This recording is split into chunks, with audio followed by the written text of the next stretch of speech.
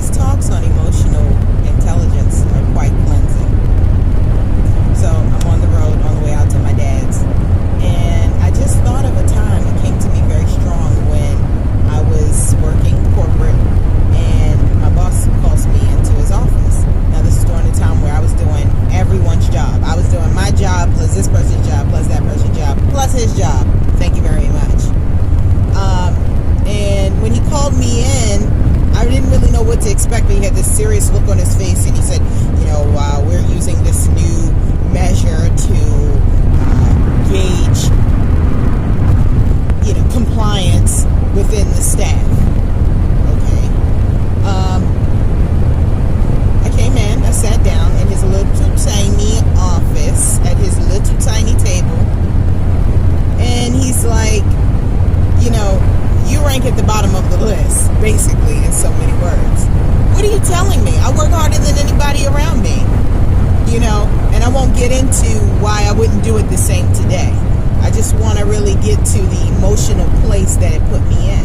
So now I was receiving this critique that really I wasn't taking well, because I was kind of new out of college and I don't know anything about it. I wasn't really. This was before I had mastered the art of accepting criticism.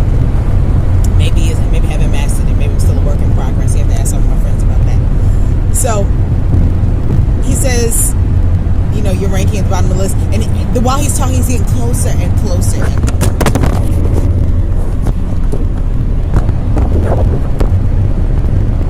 he's getting closer and closer and closer and closer and closer to my face. Why are you so close to my face?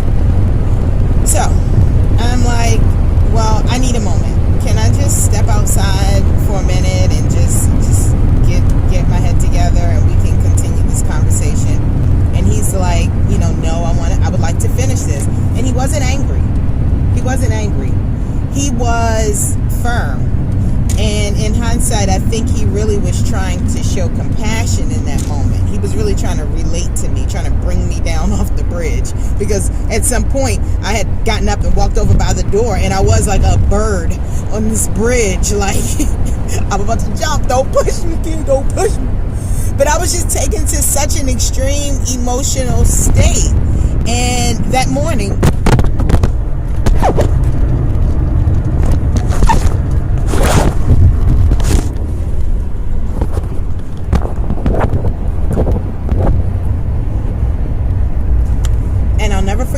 that morning when I came into work, I had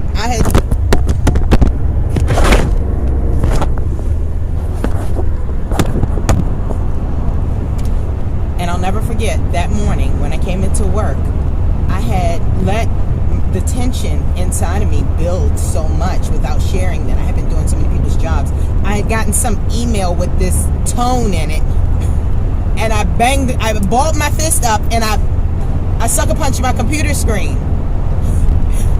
Okay, so that makes no sense because now your hand hurts. But again, I was in this emotional state. So now I was brought to his office, small close quarters. He was face talking me, and I was being asked for a live response.